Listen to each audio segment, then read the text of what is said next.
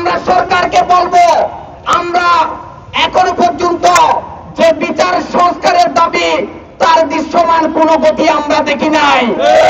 সাধারণ জনগণকে আমরা একটা মেসেজ দিতে চাই, আপনারা সবাই আবার ঐক্যবদ্ধ হন, অন্যথায় এই দেশ আবারও ভারতে চলে যাবে। জুলাই ঐক্য বিনষ্ট ষড়যন্ত্র এবং ভারতীয় আধিপত্যবাদের বিরুদ্ধে বিক্ষোভ মিছিল ও সমাবেশ শিরোনামে এক কর্মসূচির আয়োজন করছে জুলাই ঐক্য চট্টগ্রাম। আজ শুক্রবার মের 23 তারিখ এই বিক্ষোভ মিছিল এবং সমাবেশ অনুষ্ঠিত হয়।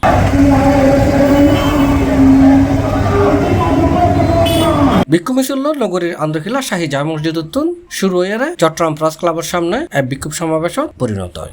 সমাবেশত বক্তব্য রেখে জুলাই ঐক্য চট্টগ্রামের প্রধান সমন্বয়কারী আবরার হাসান, জাতীয় নাগরিক পার্টির কেন্দ্রীয় কমিটির সদস্য জুবাইরুল আলম, বৈষম্যবিরোধী ছাত্র আন্দোলন চট্টগ্রাম মহানগরের জ্যেষ্ঠ যুগ্ম আহ্বায়ক ইবনে হোসেন, যুগ্ম সদস্য সচিব রাশেদ আলম সহ আর অনেকে এটা বক্তব্য হয়ে আমাদের যে প্রায় 2000 শহীদ, 30,000-এর অধিক আহত যারা আছে তাদের দায়বদ্ধতার জায়গা থেকে আমরা বারবার বলেছিলাম, আমরা প্রথমে বিচার চাই, তারপর সংস্কার চাই, তারপর সুনির্দিষ্ট সময়ের মধ্যে নির্বাচন চাই।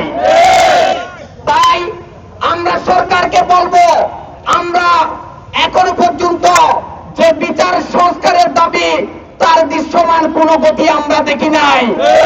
আমরা দিল্লির প্রেসক্রিপশন কিংবা ভারতীয় প্রেসক্রিপশন বা কোন দলীয় প্রেসক্রিপশনের বাংলাদেশ আর চলতে দেব না। এই বাংলাদেশ চলবে সামনে যে জুলাই সনদ আসবে, আমাদের যে আহত আছে শহীদদের দায়বদ্ধতার জায়গা থেকে তাদেরকে হুঁশিয়ার করে বলতে চাই, আপনারা এমন কোনো কথা বলবেন না আর যার কথার কারণে জুলাইয়ের যে ঐক্য গঠিত হয়েছে তা বিনষ্ট হয়। ভারতের গোলামি করে আবারও ভারতের প্রেসক্রিপশনে বাংলাদেশ চালানোর চেষ্টা করছে। হুঁশিয়ার করে জানাতে চাই, রক্তের কান্তের লেখায় জুলাই গণঅভ্যুত্থান কোনভাবে ব্যাহত হতে দিব না।